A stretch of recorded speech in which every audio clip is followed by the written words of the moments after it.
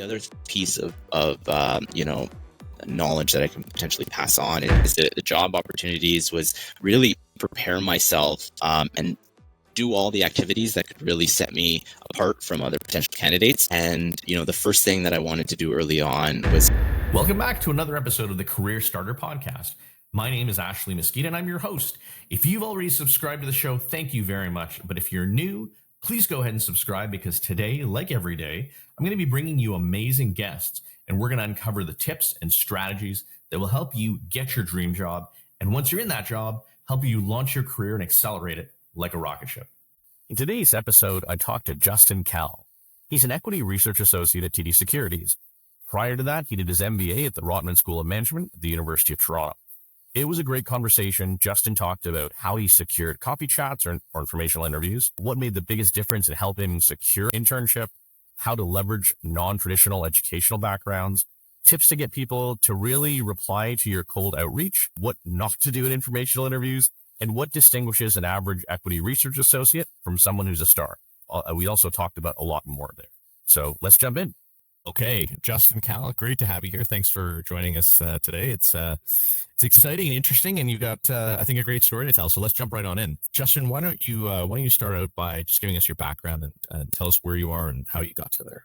Absolutely. Well, first off, I just want to say thank you so much for having me on the podcast. I think it's a real honor, and I'm happy to kind of share my story. So currently, I am an equity research associate at TD Securities, now named TD Cowen. I cover the Canadian technology sector, and our job is to deep dive into the companies that we cover. We provide public research reports. We also provide, we also build and financial models and perform valuations.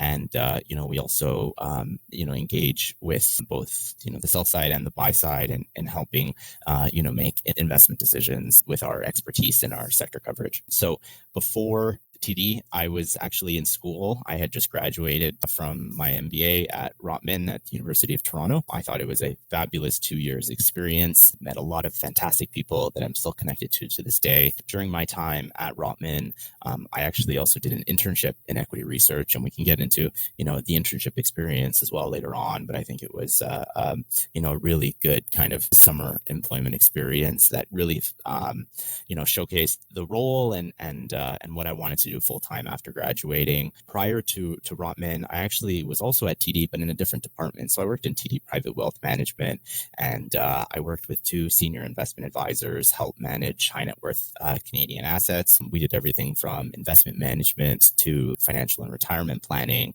and estate planning, and really kind of, full stop white glove service for our clients. Prior to that was kind of my first role in finance and in capital markets. And then prior to that, I was in school also at University of Toronto, but did my undergrad actually in life sciences. So very different from the typical finance route. I got there eventually, but I did a double major in human physiology and nutritional science. And I think the original, goal after high school was to potentially pursue medical school. And I think early on in my undergrad, I realized it's probably not something I wanted to do full time for the rest of my life, which is totally okay. But I found what I was really interested in, and that was, investments, and I found my path that way. Right on. That sounds great. Not necessarily a totally traditional background, but as you said, you got to where you wanted to be. Absolutely. So, Justin, let's jump in next to the job search process, and maybe we'll start at a high level. So, can you start by just describing the job search process you use? And I guess we're probably going to be talking pre-internship because I'm going to hypothesize that the internship led to the job. So let's talk about your job search process and what you found particularly effective.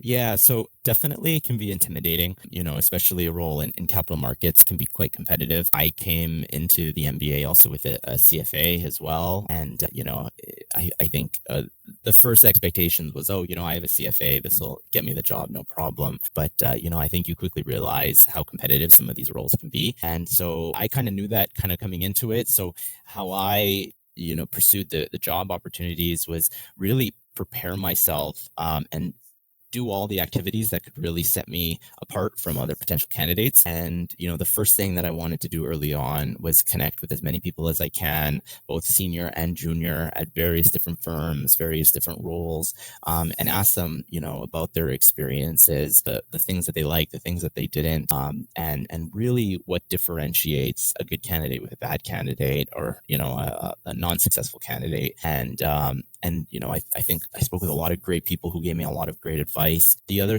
piece of knowledge that I can potentially pass on is I think going that extra mile really helps to differentiate yourself. So myself in equity research, our job is to, do fundamental equity analysis on companies and write research reports.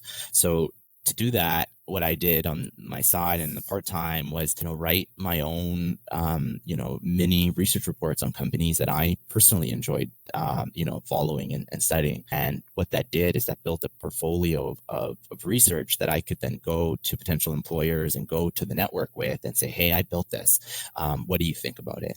And, elicit feedback from everybody as much as I can. And what I think that does, I think that really helps differentiate someone who really wants it versus someone who, just wants the role, and doesn't want to go that extra mile.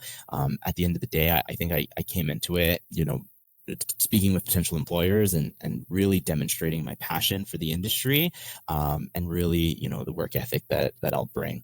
And it was, ultimately successful in landing the role. So I'm super grateful. But it's definitely a journey. And I think you end up applying to many opportunities and seeing what sticks. And luckily, the opportunity, I did a lot of interviews, went through a lot of processes, and just be prepared for a potentially long kind of process. But at the end, I think it's totally worth it, because I think the universe aligns itself eventually, and you find that the team that you'd really enjoy working for in a career that you also really enjoy doing.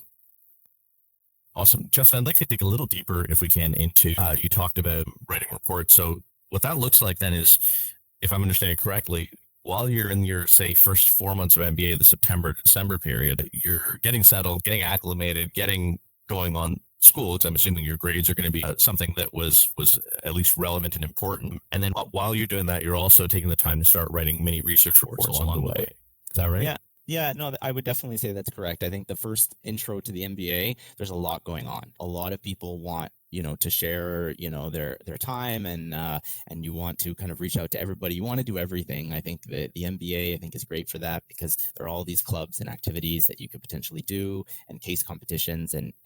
So what I found was what I was going to prioritize in my time. I knew it was going to be a 2-year program, but definitely prioritize the grades and keeping as high a GPA as I could. I'm a pretty competitive person, so I think that just kind of naturally comes out of me to kind of want to be at the top of the class. But at the same time, that's correct. I think after you kind of get settled in, that's when you really need to start differentiating yourself, because I think at the end of the day, I think, employers are always going to have their eyes on top candidates, and what you can do early on, I think, really differentiates yourself from potentially others. Yeah, I think that makes a lot of sense. And I think it's an interesting observation of trying to use your past as a strength when maybe it isn't totally obvious how it is. But as you dig deeper and you think about what skills did you accrue, what are the strengths required, all of those things, how does that then apply to this future job, instead of, it being a thing on your resume that you don't really like talking about too much because it doesn't apply directly. Yeah, absolutely. I can give you a great experience, a great story there, and it directly applies to me.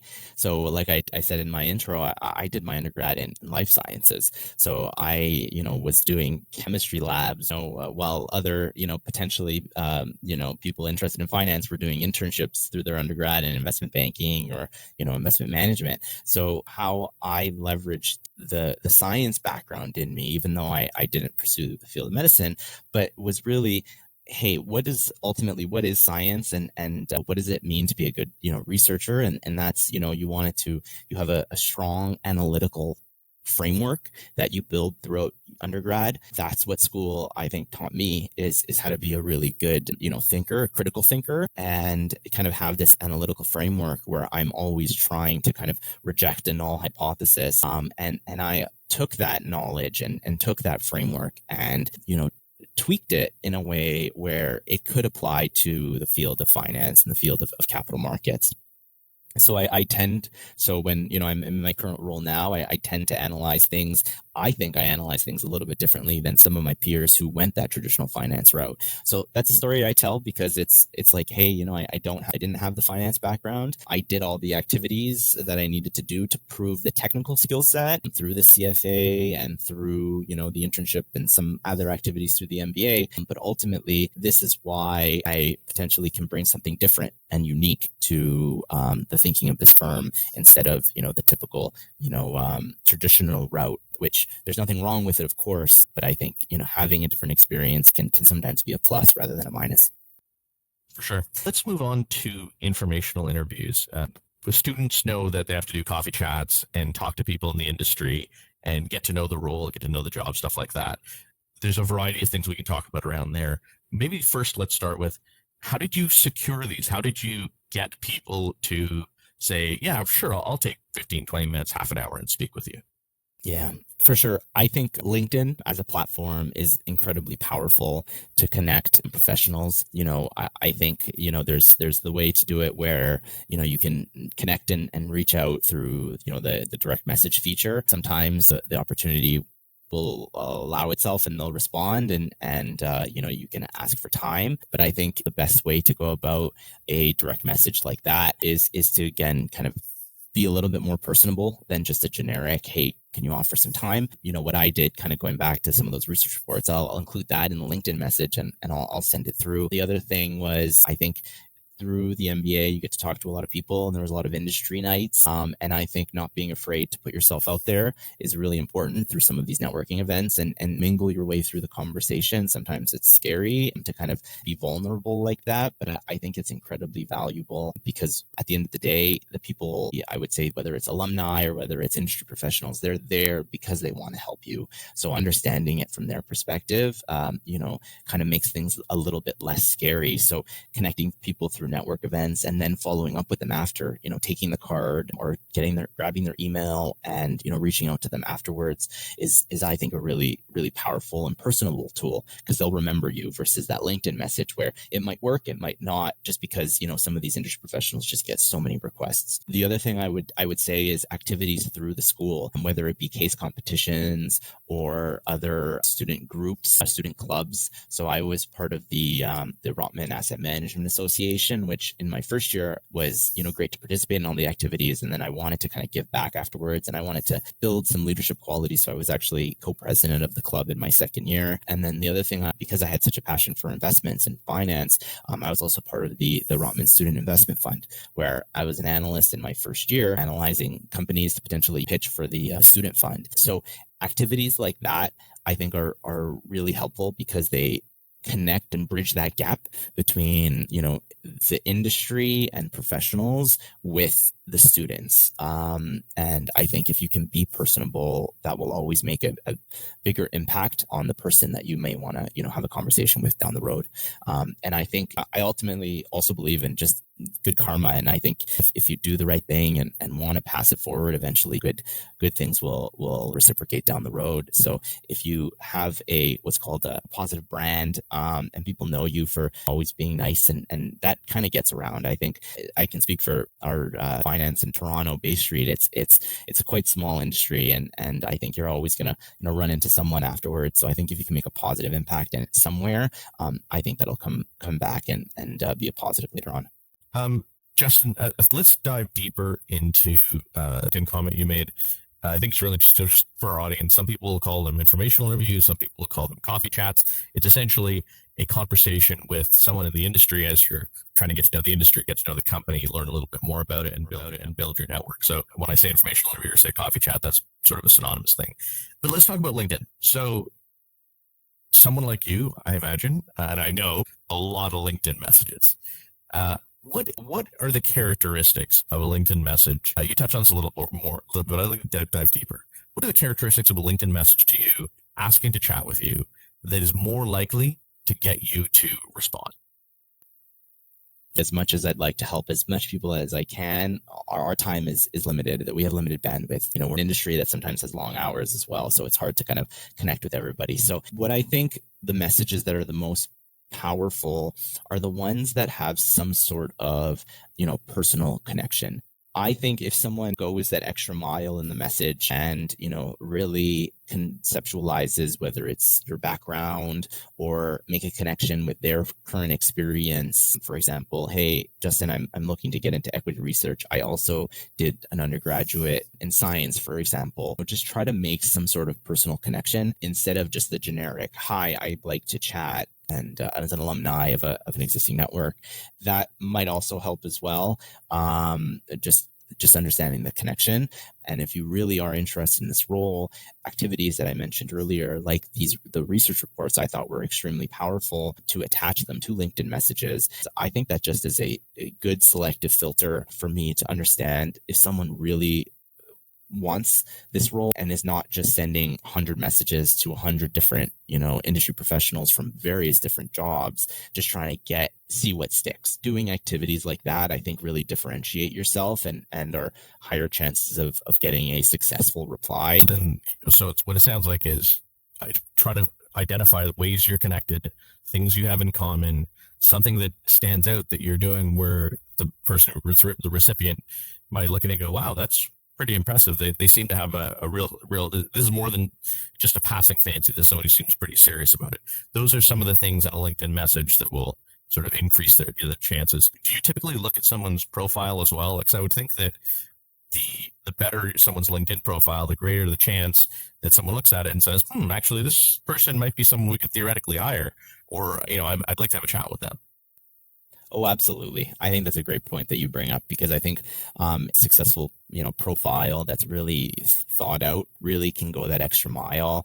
Whether it's whether it's an educational background or experience background, or, just even sometimes like having a profile picture, how many requests we get that are just generic kind of LinkedIn default profile pictures as well. Like just kind of those small things kind of turn that. At the end of the day, this is a people business. No matter most businesses are going to be people businesses, and there's a person behind their computer screen, and like I said, I understand both sides of it because I was in that seat not too long ago. So I understand you want the time from that person, but at the same time, I think a well-crafted profile where I can really scan, hey, what's this person's background? What's this person's interests? What's the activity of this person? I think also helps in terms of a successful reply.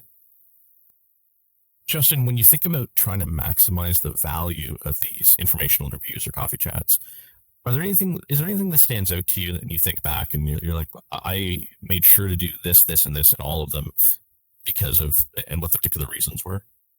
Yeah, I think coming prepared to a coffee chat is incredibly powerful. What I would do if I was meeting, for example, with an analyst in equity research, I'd know what they covered. I'd read some of their reports and, some of the potentially calls that they made, and ask them about it.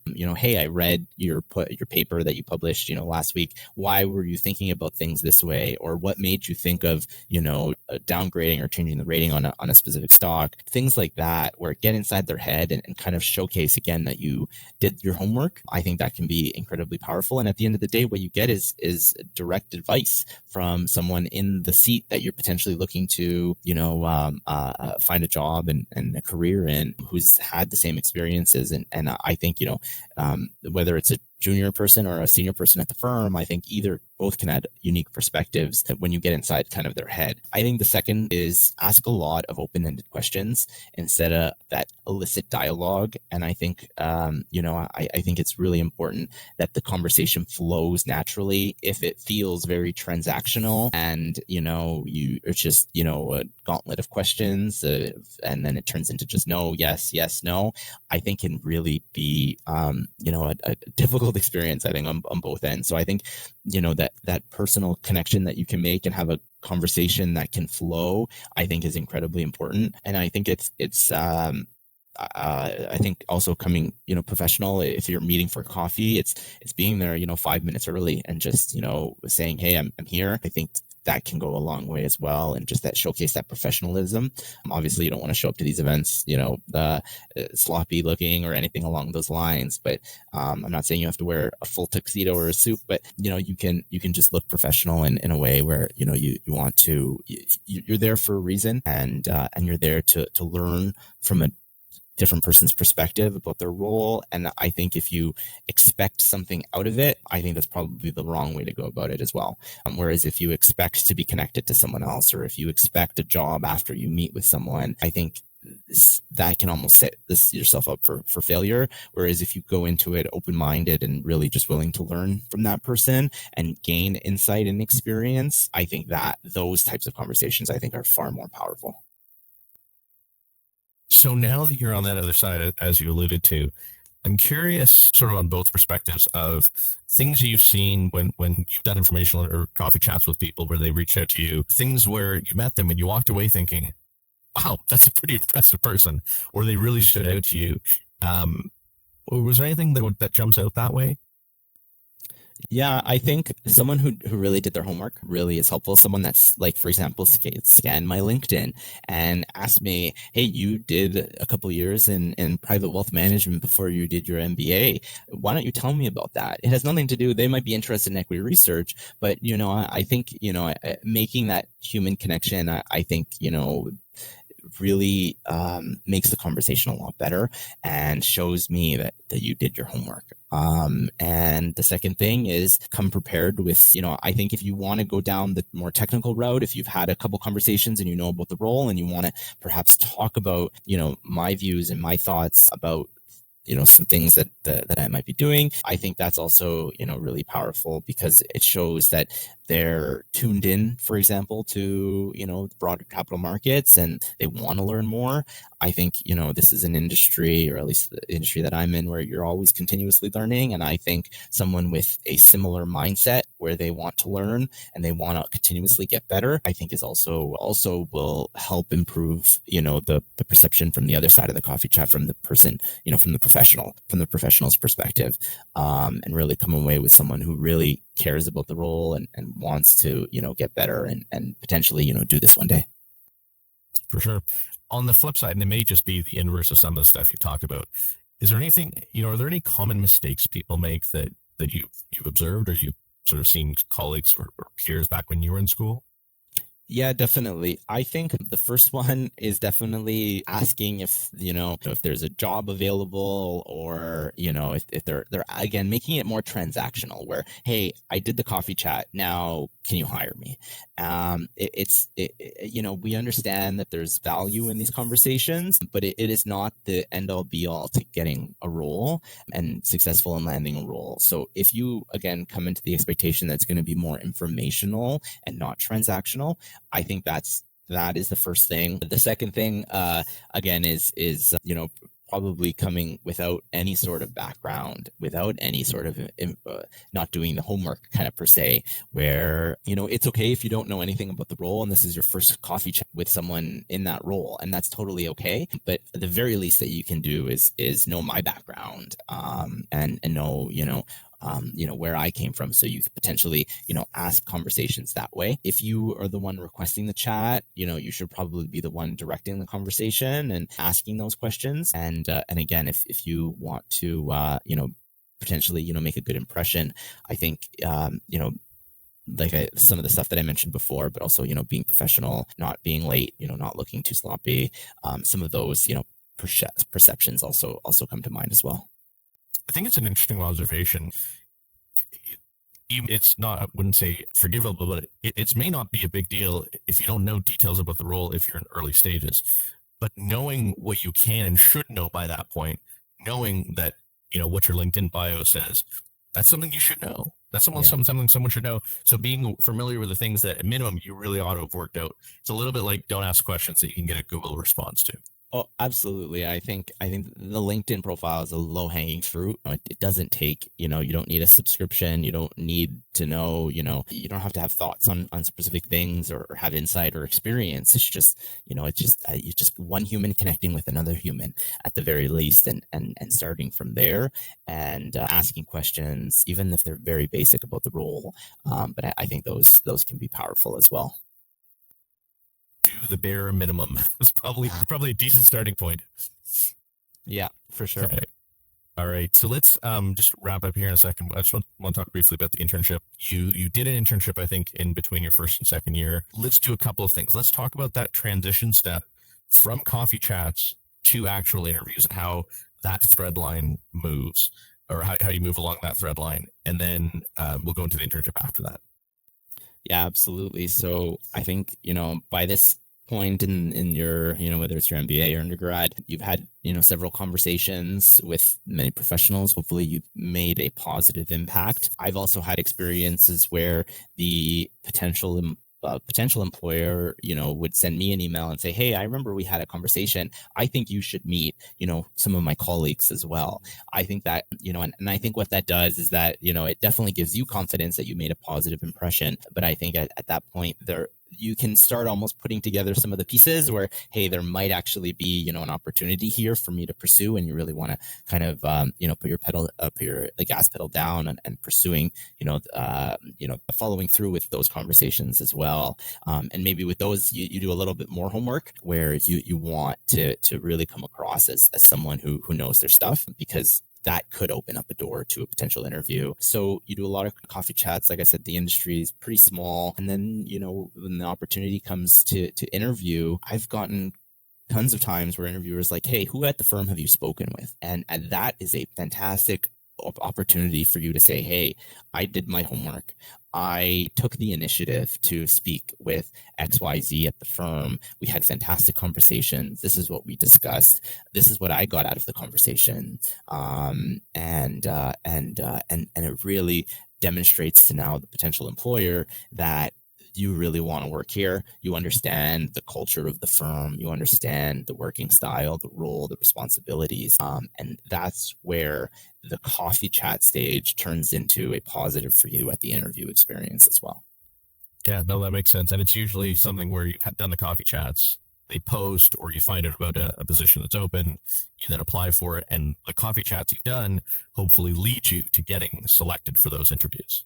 Absolutely. That's again where I think LinkedIn is a really powerful tool because of the job feature that it has. And you can see who, after you may have had the conversation, you've connected with them on LinkedIn, you can see, I'm not sure what the algorithm does, but if there's an opportunity that, there's a role at the firm, you can follow up on that relationship that you formed, and you can say, hey, so-and-so, I remember our chat. I thought it was really great. I noticed that there's an opening. Could you perhaps get me in contact with, the hiring manager or someone else at the firm? Or if it is in your department, do you mind if we have a second follow-up chat, not with the expectation that it'll be an interview, but the expectation that, hey, I want to learn more about this specific opportunity? Because as I mentioned before, don't make that first coffee chat transactional. But if there actually is an opportunity at the firm, I think that second conversation can now really hone in on, hey, what are you looking for in this specific applicant, and how can I make myself, more successful in potentially landing this role? And I think, then that just forms a stronger connection. It forms a stronger network. And even if you aren't successful, you've formed a relationship with someone who, at the end of the day, something might not work out with another candidate, or there could be another role somewhere else, or they could say, hey, unfortunately you weren't successful in this job, but I have my friend or a colleague of mine from another firm is hiring. I think you should really get in contact with him. And at the end of the day, you're just building that network, and that spider web is just getting bigger, and your name is getting out there as someone who, is potentially a high valued candidate. And I think all those conversations that you have and those activities are now coming to fruition. And, you will land something eventually. Justin, what should people be prepared for in these? So let's say we're not talking about informational interviews or coffee chats. We're talking about actual interviews. What should people be prepared for? Let's talk in the context of equity research. Sure. At the interview stage? Yeah. Yeah, so yeah, definitely it's going to be a combination of why do you want this job, some behavioral questions, but then also some technical skills. And this is where, if you started the coffee chats with no experience, I think at this point, I think you do need some sort of foundation in the role to potentially do it. And what I often do is I come prepared with several stock pitches that I'm ready to pitch to demonstrate, that I can form an investment thesis. The other thing is really demonstrating to the employer why you want this role. These roles are really competitive. We get, hundreds of applicants, and we really want to make sure that this person it really wants this role for the right reasons, and it's going to be a good fit. We're a small team, and you're working really closely with your team, and you want to have a good impression with a potential employer or a potential manager, where they know that there's a good kind of connection there where they could see themselves working with this person, day in and day out, for the next several years. So in terms of expectations, again, doing your homework is really important. So know who's hiring you, know who's interviewing you, know their background. LinkedIn is a really good way to start there. It's low hanging fruit. You can understand their background, and that's discussion points that maybe you can ask come question time. And I think that's another important topic to go into with the interview stage, because you will get asked question. There's always going to be the employer who say, okay, what questions do you have for me? And I think this is your time to really demonstrate that you did your homework. And whether it bring up, whether it's questions about the firm or questions about the role or the person's, working history, I think it's a good way to, demonstrate that you did some of those, that homework. I think that's super important. It's such an important subtlety that is so often missed, where you have certain jobs which are, viewed maybe more prestigiously or more attractive and whatever. It's got to be more than there's got to be more than that, because it's a hard job. These are hard jobs. They're demanding to understand. And I think that's why this question that, why do you want to work here? Why do you want this job? I think so often people, before you're on the other side as the interviewer, you receive that question. You're like, well, I'm looking for a job. I'm trying to do that. I'm trying to get something that's interesting and whatever. Whereas on the other side, there's a risk, right? Because if someone comes in and doesn't know what they're getting into and goes, oh my God, this is terrible, I don't want to do this, they may leave, and you have to then go through the whole hiring process again, or you may have to, separate from them. And that's a whole process in of itself. Oh, absolutely. And I think you make a really good point, because, we want to hire, whether you don't have to be the perfect fit and have the background, we can teach the technical skills, but what you can't teach is the motivation. You can't teach work ethic. You can't teach just, fit. That just kind of has to happen working with the team. So, I think if you truly understand yourself and your motivations, it seems like we, coming back to it as a, potentially on the other side, I'm sure, a lot of interviewers get that scripted answer every single time because they know that they're going to get it. But, I think an interviewer, can really differentiate between a genuine answer and a scripted, rehearsed answer. Obviously I'm not saying go and wing an interview. Obviously you want to go into it prepared, but just understand your true motivations and your true intentions for pursuing the role. And I think it, is extremely powerful, because ultimately you don't want that experience on your end either, where you're not happy. And I think, you want to be happy doing what you're doing. You did all this work, you put all this effort in, and ultimately, you want to find the right fit on the right team who's going to value you, and is going to be happy that that you're part of their team. Awesome. Let's shift gears to career acceleration really briefly, and then we'll have a couple of wrap-up questions, if that's all right. Yep. I tend to be of the view that a good way to succeed in the interview process is to figure out how do you do well in the job. Then you build those skills while you're in school. And then not only will you have the benefit of having those skills, but you'll also be more competitive in the interview process because of that. When you think of the core skills people should develop to succeed in equity research, maybe capital markets generally, but maybe specifically equity research, what are the 2 or 3 skills that, not necessarily make someone great, but make someone effective in the job? I think a critical thinker is one. We definitely, when we're talking with management teams or listening to public calls, obviously there's different stakeholders, and every stakeholder has their own perception and what they're trying to, portray publicly. I think whether it's, I think, a good critical thinker will help dissociate per se marketing from truth or fact, and I think that makes a really good investor is really analyzing all the different various stakeholder perceptions, and synthesizing perhaps an investment thesis with through various sources of information to make an informed decision. And I think the second one is definitely a passion for the role. As we mentioned previously, these are long hours. I can spend my day, all day, reading, and you really need to love this job, because at the end of the day, if you don't, I think you'll get to that burnout a lot faster. So I think if you love what you're doing, I think it'll come a lot easier. And if you can apply a solid layer of judgment to your thinking, and if you can form ideas independently, I think is also a good point, because you can go to your boss, you can go to your manager, and with a unique perspective, something that they haven't thought of. And I think even though whether you're right or whether you're wrong, I think that initiative that you put yourself, I think is the experience that you build.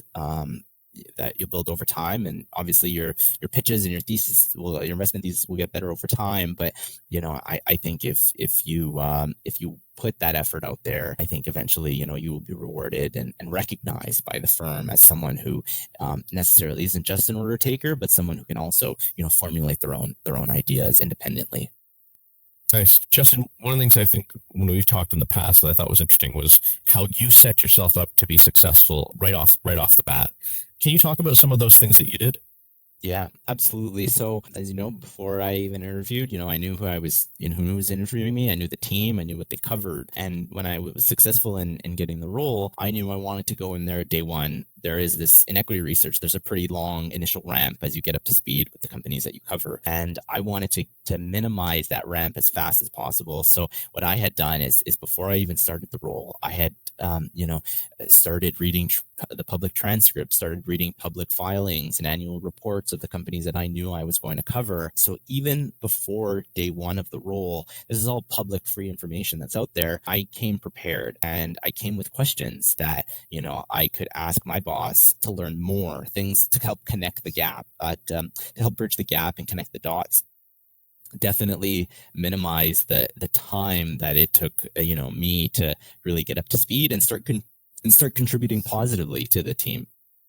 I think at the start there's that training ramp, and if you can minimize that, everyone will be a lot happier. Obviously, they understand that might take some time for you to get up to speed, but I think coming in prepared and willing to stay a bit late when you first start, and reading that that latest public filing beforehand, I think all those things really set yourself up for a positive experience, both from your role, so you're not frustrated, you're not lost, you're not feeling overwhelmed, and from the employer's experience, they have a candidate or an employee that they know is putting their best foot forward, and they want to work hard, and they want to add value as fast as possible, and they don't want to feel like they're being a drag.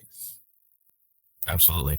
And then in terms of understanding the job and what's involved and what's required, how did you do that? Was that sort of at the time, or how did you navigate that?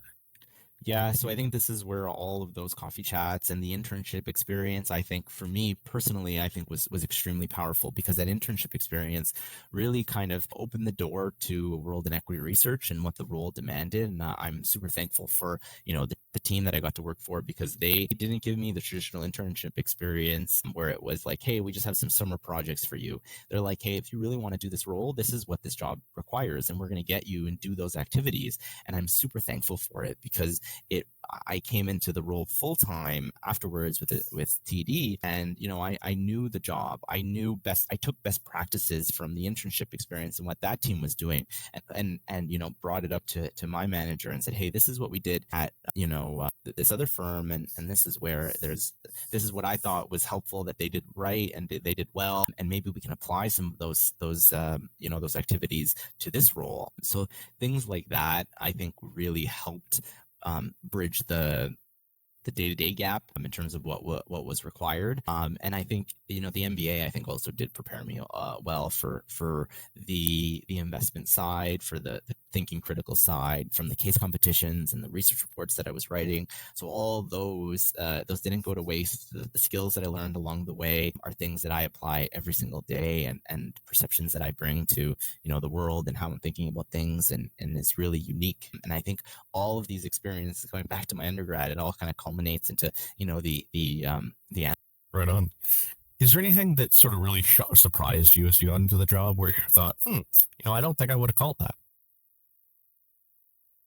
Not necessarily. I think I was extremely well prepared for the role and what was required. So I don't think anything was really surprising. I think, everybody, especially in equity research, I think every team does something a little bit different. So it's understanding, a different way of doing things sometimes and adapting. And I think you need to be there, and you don't want to. And this is where, there's often that fine line, and potentially hiring someone who has all this experience is going to be hard to change behaviors versus, someone who's very green that you can kind of mold into the team member that you want them to be. So I think, I think I had just enough experience where I kind of knew what I was getting myself into, but also at the same time could really, mold into the TD framework and how they, apply, how they, perform their activities on a day-to-day basis. Gotcha. So now, Justin, if you would think about the people on the equity research team more generally, not just on your specific team, but when you think about the team more broadly, there's probably a couple of people who are generally thought of as people who they're just going to be very successful. Everyone looks at them as like, that person has star written all over them, right? You can probably think of a couple of those folks. Yeah, absolutely. What is it about them? What are their characteristics or skills or attributes or whatever it is that you would point to that maybe that causes people to think of them that way?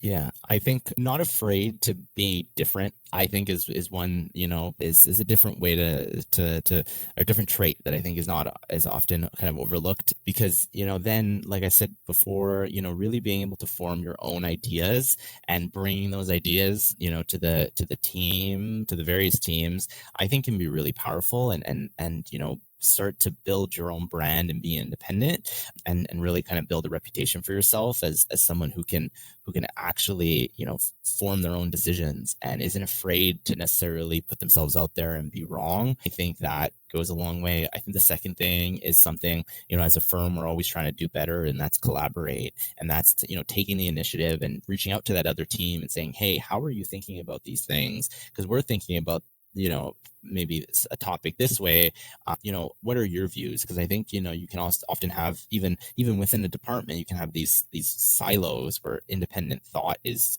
being done. But, I think as a team, you can collaborate and you can make the product better. So I think someone who is a thought leader, a collaborator, and and just in general, willing, and then also from a leadership perspective, really wanting to and being able to mentor some of the new and junior employees, someone that you can look up to, I think is really positive. So when someone does come in, you can be that, hey, if you need anything, please, let me know. And I think that really goes a long way, and obviously paying it forward, and helping that new employee's experience be a lot better. Justin, just to dive into that a little further, when you think about someone who's able to think differently and have a differentiated view, what is it what enables them to do that? Is it that they tend to be much more deeply read, they tend to be more knowledgeable, they tend to feel comfortable for whatever reason being different? I'm just curious if anything jumps out at you there. Like, how does someone become that?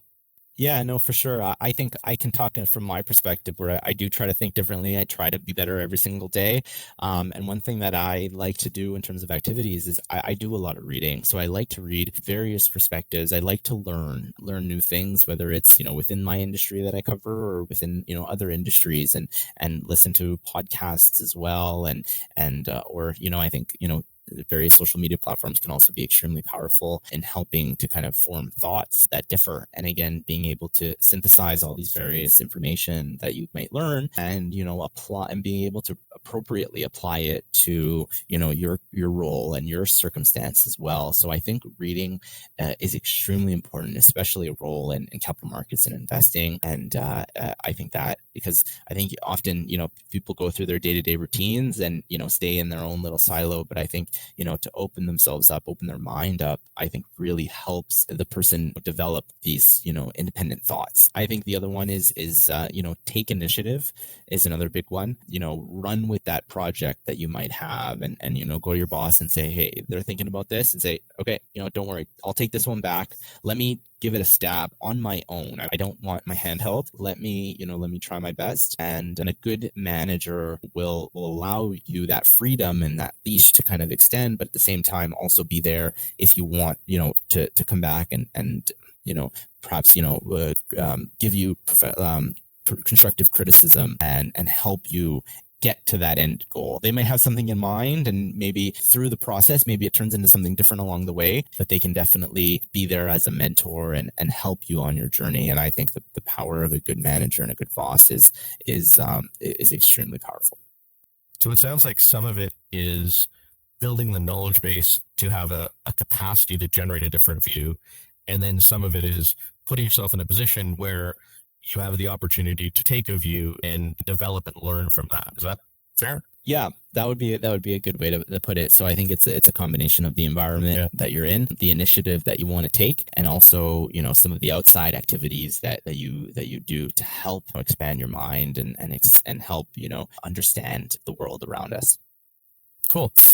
In the context of people who are in school wanting to build their knowledge, in terms of people in the industry who might be looking for other good podcasts, do you have any recommendations that you found particularly interesting or helpful?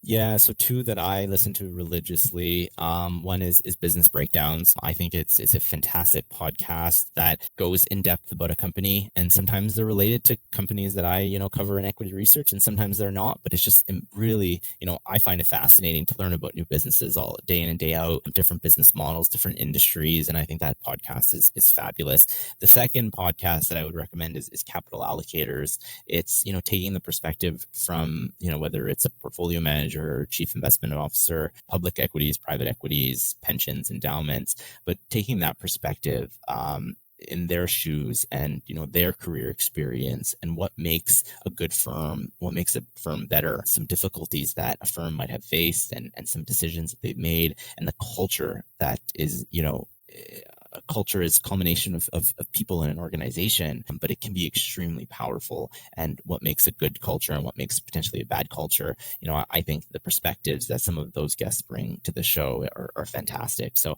those are two that I listen to religiously, and that I'd recommend to basically anybody involved or interested in capital markets or investing. Terrific. And it sounds like you are also an avid reader. Well, let's maybe break down into two little buckets. So one is stuff that you would recommend to people that are fairly foundational, but most people interested in the industry should read them. And then secondarily, maybe some other books that are not sort of people's top of mind books that you have found interesting that you'd find valuable. Yeah, so definitely the investment classics I recommend to everybody. So this is like The Intelligent Investor is a foundation to anybody interested in investing. I'm also a big fan of Howard Marks and his works there. The way he looks at the world, his writing style I think is fantastic. And I'm also a really big fan of Michael Mauboussin. People that are on the other side of the equation, books that might not be on people's radar. Really enjoyed a book called Competition Demystified. It was more of a strategy book, but it really kind of showcases what it means to have a true competitive advantage, and I think that was an excellent book. Awesome. So two more that we've asked everyone as we're wrapping up here. One is, what would you recommend to students looking for a job that one thing they can do today to increase their chances to make themselves more in demand and increase their odds of getting their dream job? I think it goes back to being prepared. If it's equity research or investing, start researching stocks. do the job that, you will one day end up doing. I think that's extremely powerful advice that was given to me, and something that I followed through on. And I thought that was really helpful for my learning. And then at different jobs, it can, be a different activity. But at the end of the day, I think putting yourself out there, and like I said, when I would distribute them to my network, is making myself vulnerable. But at the same time, it was a fabulous learning opportunity and experience that I learned a lot about myself. And, and I think it really helped differentiate myself to other potential candidates. And just out of curiosity, did people actually respond and give you feedback on the report? I did. Yeah. So I've had calls. I've had, whether it's just a quick LinkedIn message saying, "Hey, Justin, read it. Here's what I think you should think about differently. Here's what I think you did well." And it puts yourself in a vulnerable position, but it works. And everyone, I mean, one of the questions I'll often get is, how do I stand out? I mean, this seems like a great way to stand out. Absolutely. And it's really differentiating yourself. I think so many people, they'll keep applying to jobs, and, they might not be successful, but, it's what are the things that you are doing actively to differentiate yourself? It can be a tough market. It can be, a competitive space, but if you demonstrate and you keep, building that network and demonstrating to others that you're really passionate about this job and this industry, it's something that will be noticed, and it will definitely improve your chances of success. Terrific. And then the last one is, how can we help you, Justin? One of the things I really like to ask people, and it kind of comes from Adam Grant's book, Give and Take, that sort of idea of helping out people and 5-minute favors, that type of thing. If you could wave a magic wand and solve a problem, personal, professional, what would it be, and how could we help you do that? Yeah. So one thing that, I would love to see is, I think more people paying it forward. I think this is an industry that sometimes, gets the short end of the stick when it comes to culture. I think, activities like helping a fellow colleague, or helping, a fellow student who's looking to,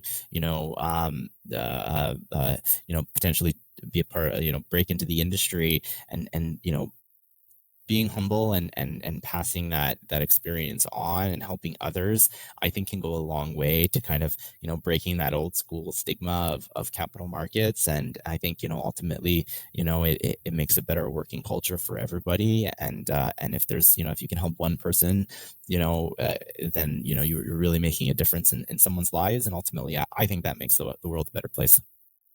Awesome. Justin, great conversation. Thanks so much for your time. Really, really appreciate being here. And if anyone is interested, are you interested in anyone sort of tracking you down? I guess probably people will be able to figure out how to find you on their own. Yeah, no, absolutely. Feel free to connect with me. You can find me on LinkedIn. So yeah, absolutely. Feel free to reach out. Happy to continue the conversation. And Ashley, thank you so much for allowing me to be on the podcast today. I had a lot of fun, and hope it's valuable to a few people. Outstanding. Thanks again, Justin. And we'll wrap it up here. Sounds